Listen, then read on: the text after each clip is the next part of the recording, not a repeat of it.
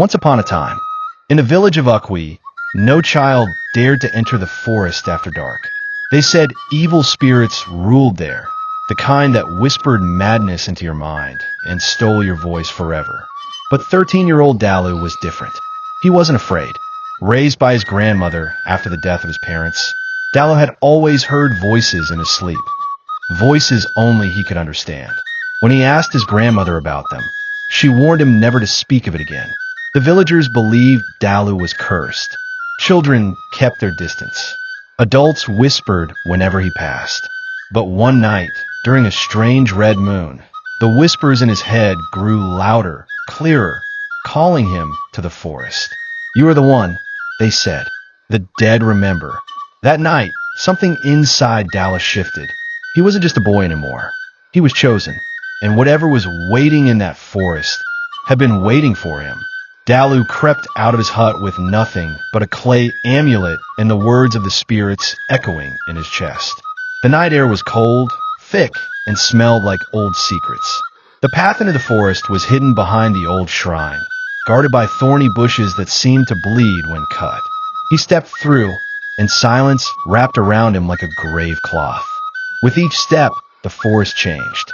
Trees twisted unnaturally, their branches forming faces that wept sap. Suddenly, a deep voice rumbled. "Why have you come, child of the two worlds?" Dalu froze. In front of him stood a giant figure made of ash and bone, its eyes glowing with fire. "I was called," Dalu said, voice trembling. The spirit stared into him and whispered, "Then the test begins." The ground beneath him opened, and Dalu fell into the dark heart of the forest. Dalu landed hard on what felt like stone, but it wasn't cold. It pulsed like flesh. He stood, surrounded by fireflies with glowing blue eyes. They circled him in silence until they formed the shape of a doorway. He walked through it and found himself inside a wide cavern lit by floating flames. There sat 7 spirit elders on carved thrones, half human, half something else. "You are the son of Adjua," one of them spoke. Dalu flinched. Adjua was his mother's name. No one outside his family knew that. She was the last voice walker. "You are the next." Dalu didn't understand. "You hear the dead," another said. "You will be their voice. But first, you must survive the trial of names." The chamber trembled. One by one, dark shadows emerged from the walls. They had no faces, just mouths. "Speak our names," they whispered, "or be consumed." Dalu's body went cold. The faceless spirits circled him like starving wolves. His heart raced as the whispers filled his ears. They weren't random. Each whisper was a memory, a death, a story, and each name was hidden inside. He closed his eyes, reached into the noise, and listened. Madu, who drowned in the river, saving his brother. The spirit stopped circling and faded. Another came close. Een, the midwife killed for birthing twins. Another faded. Dalu called out more names, each one dragging him deeper into their pain. Blood dripped from his nose. He staggered, lightheaded. 3 more, an elder said. Dalu was failing. Then he heard a voice in his own mother's tone. "Remember who you are." He cried out, "Adjua, the voice walker who died to protect me." A scream echoed. The remaining spirits vanished.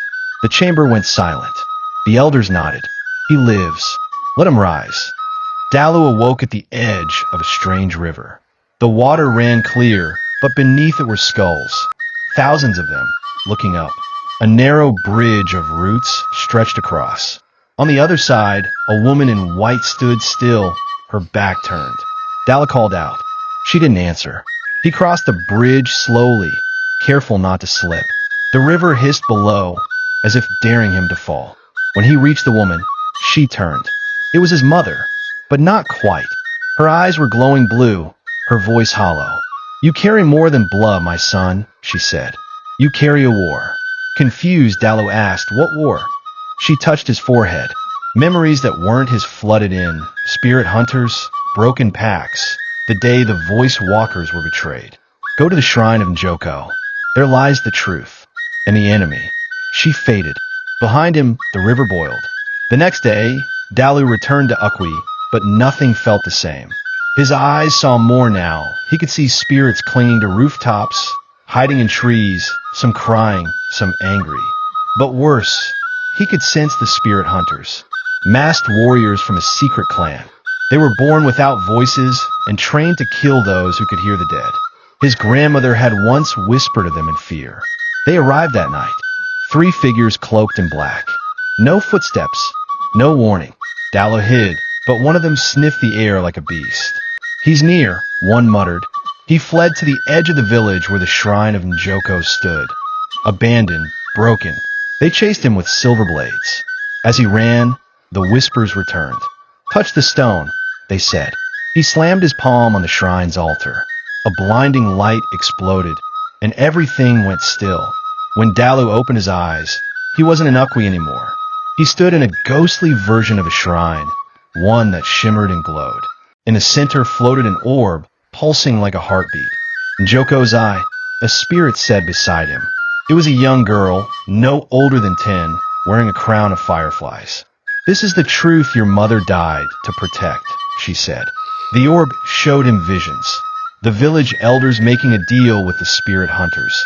Voice walkers being hunted down in secret. His mother protecting him with her last breath. Dalu dropped to his knees. "Why?" The girl touched his shoulder. "Because they fear what you can do. You can call the ancestors. You can awaken the spirits sleeping in every drop of blood." Dalu stood. "Then I will awaken them." The orb vanished. The girl smiled. "They'll come for you now." When Dalu returned to the real world, he had changed again. A mark burned across his chest, the sacred symbol of Ajua. His grandmother gasped when she saw him. "No one has carried that mark in 60 years, she said. "Not since the massacre." She told him everything. How his mother was hunted, how the elders sold their souls for peace, and how Dalu was hidden among the living to protect the last voice. "But why me?" he asked. "Because the spirits chose you, not the elders, not the hunters." That night, he stood before the shrine. The air shifted. From the shadows came children, outcasts, and dreamers, those who had always felt different. They too had heard whispers. Dalu raised his hand. "They try to silence us. Now, we'll make them listen." The earth trembled. The age of silence was ending. The rise of the voice walkers had begun. The next morning, the wind and Ukwe carried strange voices. Everyone heard them. Some thought they were dreaming. Others said it was a curse. But Dalu knew they were the ancestors. Word spread that the boy who used to talk to himself had awakened something ancient. The elders panicked. They called for a secret gathering inside the council hut and summoned the last living spirit hunter, Ozo. Ozo was feared across 7 villages. His body was covered in black carvings, each one a spirit he had killed. He smiled when he heard Dalu's name. "So the last flame burns again," he said. "Then I'll enjoy putting it out." That night, the wind grew louder. It blew open doors and windows. People saw their dead standing outside their huts, silent and watching. And for the first time in decades, the elders realized the spirits were no longer sleeping. Dalu stood before his new followers, young, poor, rejected, every one of them a voice walker in hiding. They gathered under the old Irako tree, said to be the first tree the gods ever touched. There he taught them what the spirits had shown him, how to listen, how to speak, how to protect their minds. Each night they trained. Each day, their power grew. One night, a boy named Tiga collapsed mid-practice. His body shook violently, and his mouth whispered a name no one had heard before, Zumbara.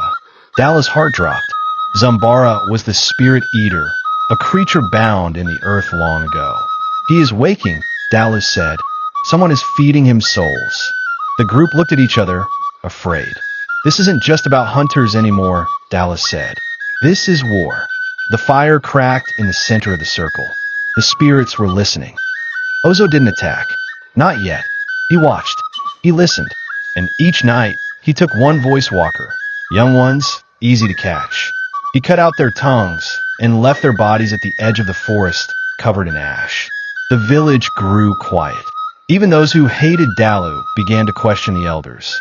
"Why are children dying?" they asked. The elders gave no answers. One evening, Dalu's closest friend, Simi, went missing. She had been his first believer, the first to say he wasn't mad. Dalu followed her spirit trail through the trees and found her, barely breathing, her voice gone. Her eyes were wide, terrified. She traced one word in the dirt with her finger. Ozo. Rage filled Dalu's chest. He carried her home, built a fire, and spoke to the wind. Let every spirit hear me. I will not run. Let him come. To prepare for Ozo, Dalu returned to the cave of the elders. There, beneath the cracked earth, was a drum made from the hide of the first voice walker and the bones of 100 ancestors. It was said the drum could wake spirits buried in time. But playing it came at a price. It shortened the life of the drummer with every beat. Dalu placed his hands on the drum. Help me wake them, he whispered, and he played. The sound echoed through the trees like thunder in the sky. In distant graves, bones rattled. In the rivers, faces rose from the water. In Ukwe, people screamed as their ancestors stood at their doors, not to harm, but to speak. Across the land, the dead were waking. Ozo felt the power from his hiding place. For the first time in years, he was afraid. As night fell, the village lit up, not with torches, but with glowing fireflies. Thousands of them, flying in patterns that formed faces. Every family saw their dead. Tears filled their eyes.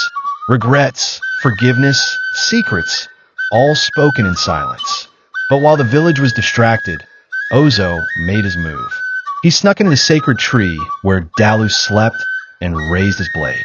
Before he could strike, a hand grabbed his wrist. It was Simi, her voice still gone, but her spirit burning. She had called on the ancestors herself. Dalu awoke to see a ring of spirits surrounding them, shielding him. Ozo fought like a wild animal, cutting down ghost after ghost. But for every one he struck, two more rose. He fled into the forest, screaming. Dalu held Simi and wept. You protected me, he whispered.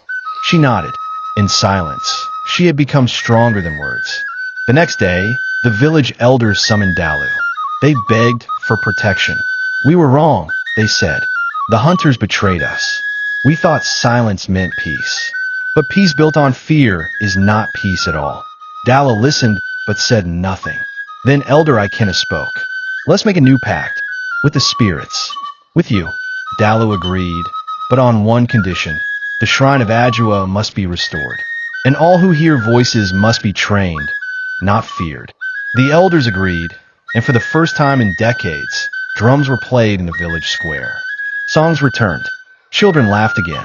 But far away, in the Forbidden Valley, Ozo stood before an ancient tree, the prison of Zambara. He raised a blood-soaked blade and whispered the words that should never be spoken. The ground cracked. The wind died. And far beneath the earth, something huge opened one eye.